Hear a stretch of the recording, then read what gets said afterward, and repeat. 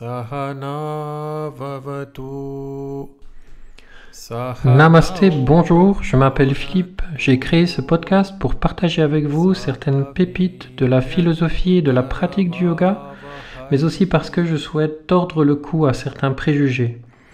Alors si vous souhaitez en savoir plus, si vous souhaitez avoir une information plus traditionnelle, mais néanmoins parfois décalée, je vous invite à écouter ce podcast et à le partager. Sans transition.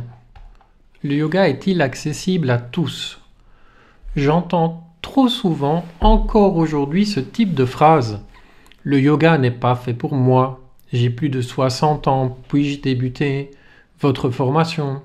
Je suis déprimé, je ne me sens pas bien dans ma peau. J'ai l'impression que je dois me sentir mieux avant de débuter une formation ou quelque chose de sérieux dans le yoga. Et à toutes ces personnes, à vous, je souhaiterais dire ceci. Vous êtes les bienvenus dans la formation, votre engagement est apprécié.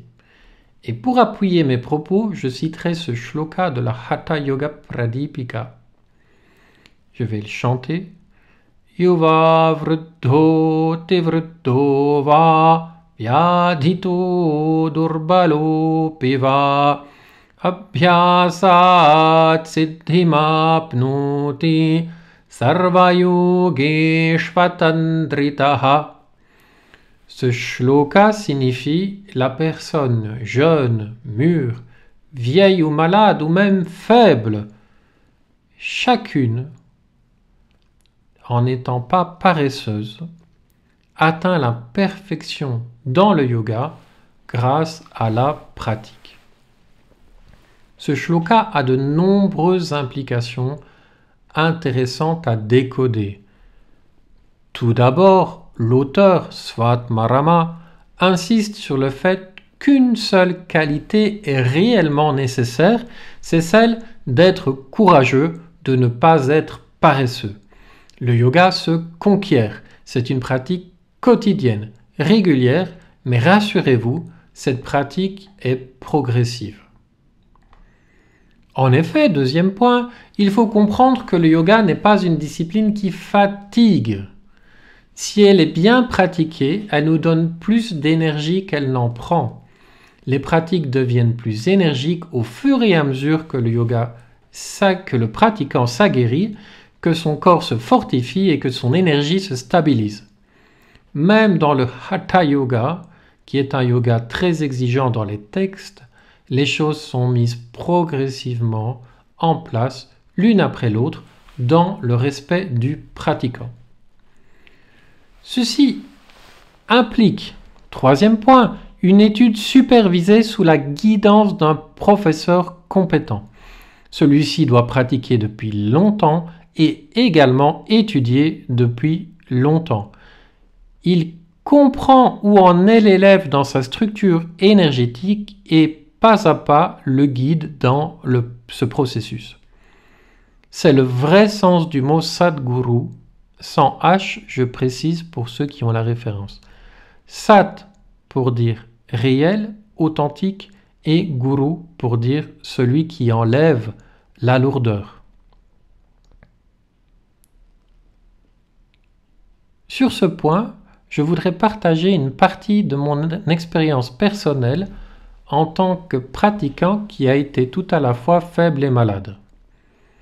Comme vous le savez, je ne vais pas m'apesantir là-dessus, mais je suis né avec une malformation cardiaque et j'ai eu une deuxième opération à 27 ans dans laquelle on m'a placé une valve pulmonaire. Je vivais depuis 25 ans sans cette valve et donc j'étais très fatigué et mon cœur était 4 ou 5 fois trop gros en raison de l'effort qu'il lui fallait pour expulser le sang. Pourtant, cette période était l'une des plus intenses de ma vie. À 25 ans, on n'a pas le temps de chômer. Travail temps plein, yoga, week-end, études du sanskrit, ménage, 24 heures sur 24, 7 jours sur 7, le tout à pied en bus à l'époque, c'était comme ça. Lorsque j'ai rencontré Desi Kachar, il m'a donné une pratique qui a commencé à changer ma vie. En effet, elle durait environ 40 minutes.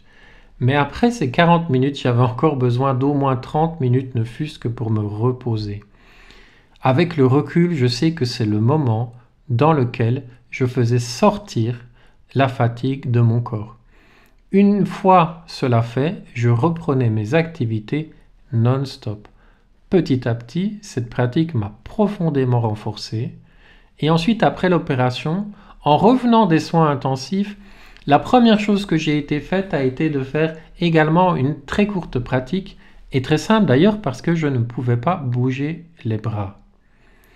Cela m'a donné beaucoup d'espoir et de force. Le yoga, quand il est bien appliqué, peut être utile à tous et toutes.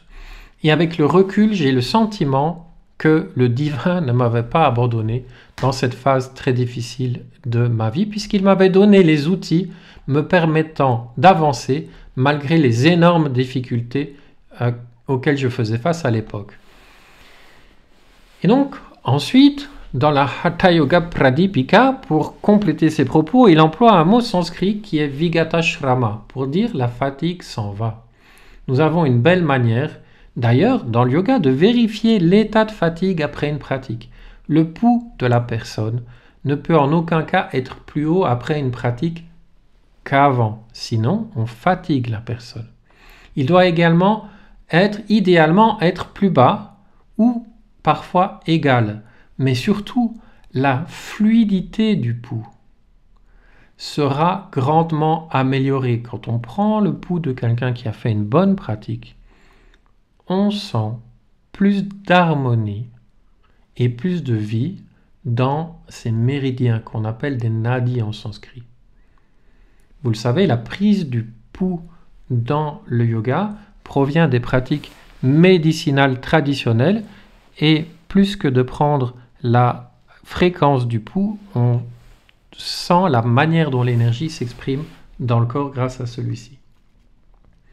Et donc cette énergie est harmonisée après une pratique.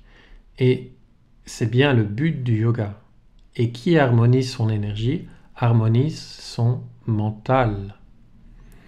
Donc nous sommes donc très loin du yoga hyper sportif que nous voyons encore éclore aujourd'hui. C'est un yoga qui épuise et qui demande peu de compétences à être enseigné, ce yoga sportif.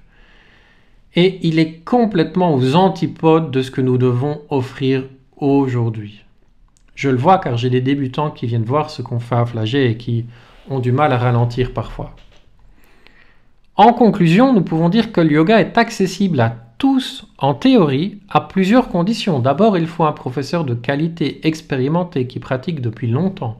Ensuite, il faut être engagé dans la pratique. Le nombre de fois où j'ai entendu « je ne peux pas participer car je suis fatigué », alors que la pratique prévue justement allait enlever une grande partie de cette fatigue. Et il faut s'assurer que la pratique soit adaptée. Si on vit un moment difficile dans sa vie, évidemment, on va pratiquer moins et différemment.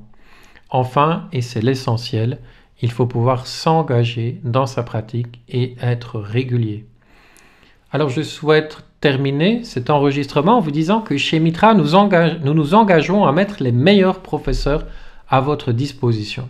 Nous sommes en formation continue, très engagés dans l'apprentissage, dans l'enseignement et dans notre propre transformation personnelle. Aussi, 2 fois par an, nous invitons le professeur Dr Kaustubha Desikachar à y enseigner pour être sûr que vous puissiez bénéficier des meilleurs enseignements.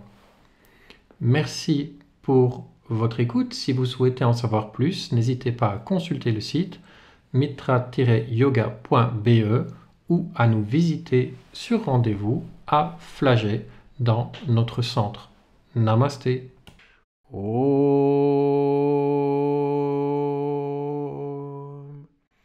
Shanti.